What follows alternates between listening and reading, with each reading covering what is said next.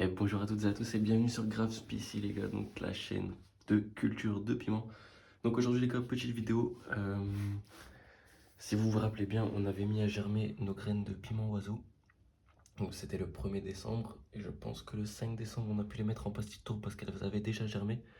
Donc là on va les repiquer en pot. Alors elles sont petites mais c'est des pastilles de tour donc je dois pas les arracher de la terre. J'ai juste à mettre la pastille dans le pot, dans des petits pots que nous voyons ici. Donc il y a un peu de terre à terre, c'est normal, c'est parce que justement j'ai déjà rempoté une plante juste avant. Donc voilà ce qui va se passer dans cette vidéo. On va replanter ces petits piments oiseaux. Pour ce qui est des Agi Charapita les gars, grosse catastrophe. En fait on a des feuilles qui commencent à, comme on peut voir, à se replier sur eux-mêmes. On peut voir ici bien. Je sais pas du tout c'est à cause de quoi.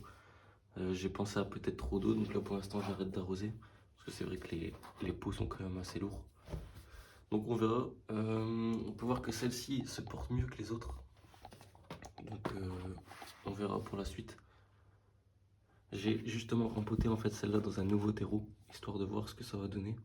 Peut-être que c'est le terreau qui convient pas ou pas, donc j'ai juste fait un test sur celle-ci qu'on verra à la prochaine vidéo. Peut-être que justement ça va changer ou peut-être pas du tout. Si ça change, on va pouvoir tous les rempoter. Parce que j'ai mis justement cette fois-ci dans un terreau horticole qui a déjà de la perlite dedans, alors que celui d'avant n'en a pas. Comme on peut voir, c'est un terreau pour potager simple. Donc là, j'ai replanté dans celui-ci, terreau horticole. On verra ce que ça va donner. J'espère qu'on sera plutôt pas mal pour ce qui est de ceci.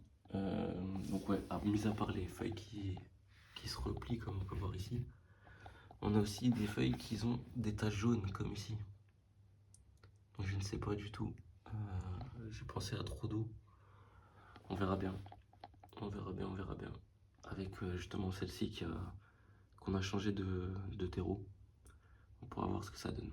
Donc là, on va s'attaquer au repiquage des piments oiseaux. Donc c'est assez simple, il suffit de prendre, on va mettre un peu de terreau dans le fond déjà, pour commencer. Hop. Donc ouais, c'est du terreau horticole avec déjà de la perlite dedans. J'espère que ça va aider pour faire un bon drainage. Donc nos petits piments oiseaux qui sont ici, on va en replanter deux, hein. Le troisième je pense qu'il va pas tenir. Quoi qu'on pourrait quand même le... On va quand même essayer hein, les gars, on n'a rien à perdre. Donc là pour l'instant on va juste mettre la terre un peu dans chaque pot. Je vous reprends juste après les gars. Donc voilà, on a mis de la terre un peu dans chaque pot. Enfin on a bien rempli les pots. On va juste faire un petit trou les gars, histoire de pouvoir mettre notre petite pastille. On va commencer par celui-ci. Donc celui-ci je pense que c'est juste parce qu'il est un peu desséché qui est un peu bizarre. Donc ce qu'on va faire, on va creuser un peu plus.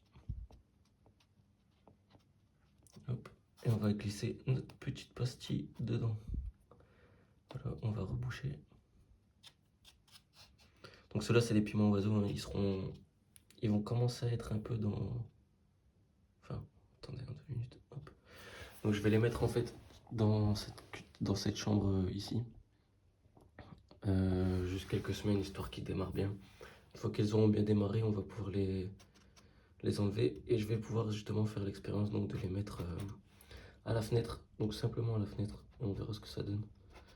Parce que j'ai pas envie qu'ils s'hybrident avec ceux-là, étant donné que je veux récupérer les graines. Donc voilà, tant qu'il n'y a pas de fleurs, ça risquera pas. Donc là, ils sont pas prêts de faire des fleurs, hein. On a une bonne marge.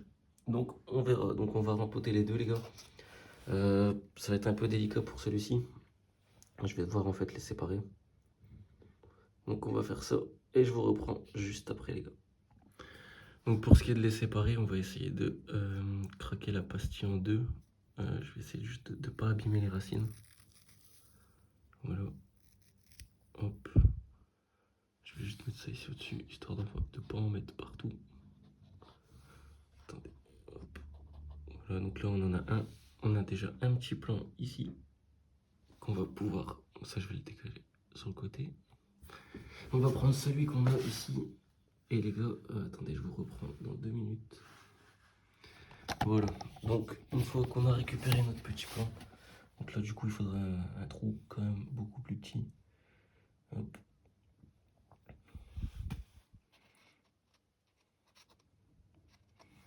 Donc on va pouvoir replanter ce minuscule plan ici. Encore ajouter de la terre un peu. Alors à une main les gars c'est vraiment pas facile. Hop.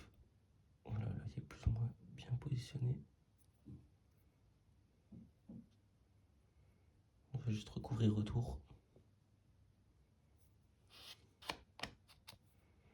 Hop. Donc pour l'instant il n'y a rien de vraiment compliqué les gars. Il suffit juste de faire attention à ne pas casser les racines. On va leur rajouter un peu d'eau après histoire que le terreau colle bien aux racines. Donc voilà, le deuxième est mis. On va récupérer le troisième. Troisième qu'on pourra mettre ici. Donc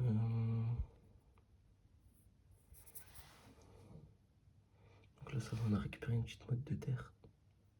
Enfin de tourbe du coup, étant donné que c'est des pastilles de tourbe. Hop. Là on sera plutôt pas mal.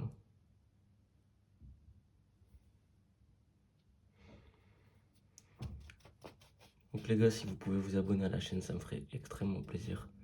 Je fais ça de base pour partager et puis par expérience, hein, sachant que c'est pas tout le monde qui va faire pousser des piments en intérieur. Cet été, je vais en mettre aussi dans le jardin, certaines espèces dans le jardin. Histoire d'avoir plus de diversité. Mais on en aura toujours en intérieur. Hein. On va pas abandonner la culture intérieure pour la culture extérieure, vous inquiétez pas. Donc là, je vais juste récupérer ça. Hop. Et voilà. Donc là, on a nos 3 piments oiseaux qui ont été rempotés. On va juste les arroser un petit peu après, histoire d'avoir la terre qui colle aux racines. Donc ceux-ci vont être disposés un peu ici entre les agiles. Donc il y en aura un ici, un là et un là-bas. Je vais pas les mettre maintenant parce que justement je dois encore les arroser. On va les poser là sur le côté en attendant. Et on va faire place au agi charapita les gars. Donc comme je disais, je pense qu'on a un peu trop d'eau. J'espère que c'est ça. Donc là on arrête les arrosages. Si vous pouvez identifier la cause, n'hésitez pas à me le dire dans les commentaires. Ça pourrait toujours être rectifié. Alors, il continue de pousser, hein, la croissance n'est pas arrêtée. Mais je trouve que bah, c'est pas exceptionnel. Quoi. On a des plants qui sont pas vraiment beaux. Comme on peut voir sur celui-ci, ça se voit vraiment beaucoup. Celui-ci un peu moins. Celui-là aussi, ça se voit. Celui-là un peu moins aussi. Mais ils montrent un peu tous les mêmes signes. Donc je ne sais pas du tout c'est dû à quoi. En tout cas, on est sur une catastrophe, étant donné que c'est un état général. C'est pas seulement un ou deux plants, c'est vraiment les 8. Même le plus petit qui avait du mal à pousser présente les mêmes signes. Donc je ne sais pas du tout les gars si vous pouvez m'aider. Franchement ce serait super cool. Alors est-ce que la plante enlève ses feuilles pour justement libérer de l'air, enfin de la lumière pardon, pour les branches secondaires ou pas? J'aurais un doute, je pense que les feuilles ne sont pas censées se courber comme ça on va dire. Sachant que chaque plante a perdu une feuille, on peut voir ici d'ailleurs. Hop, on a des feuilles qui ont été perdues, qui provoquent, qui ont déjà des petites taches brunes. Donc je sais pas du tout c'est dû à quoi, pourquoi ça a été... Enfin, qu'est-ce qui peut attaquer comme ça. Donc je sais pas si c'est trop de lumière, sachant qu'elle est seulement à 25%. Si c'est trop d'eau, si c'est un peu des deux, si c'est aucun des deux, peut-être que c'est carrément quelque chose d'autre. S'il y a quelqu'un qui pourrait m'aider, qui a déjà eu ces signes-là chez lui, que ce soit en intérieur ou en extérieur, c'est pareil. Mais je serais d'avis pour qu'on m'aide. Donc si quelqu'un sait les gars, ce serait plutôt cool.